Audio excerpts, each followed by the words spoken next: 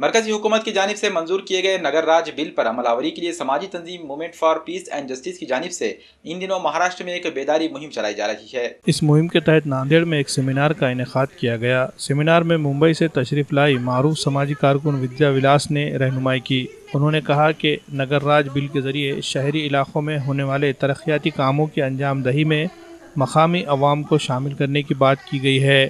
اگر اس قانون پر عمل ہوتا ہے تو شہری مسائل کے حل میں لوگوں کو راست طور پر حصہ لینے میں مدد ملے گی، جبکہ موجودہ حالات میں ایسا نہیں ہونے پر عوامی نمائندے من مانے طریقے سے کام کرتے ہیں اور لوگوں کے مسائل کو حل کرنے کے بجائے اپنے ذاتی مفادات کی تکمیل کی طرف توجہ دیتے ہیں۔ اس لیے نگر راج بل کے نفاذ کے لیے عوام میں بیداری لانا ضروری ہے اور اسی کے لیے یہ مہم چلائی جا رہی ہے۔ پروگرام میں مختلف سماجی و سیاسی جماعتوں کے نمائندوں نے شرکت کی۔ وہ چیز ہمیں باندھل ہے اور وہ چیز میں بدلاؤ لانے کے لیے ہماری ذمہ داری بنتی ہے۔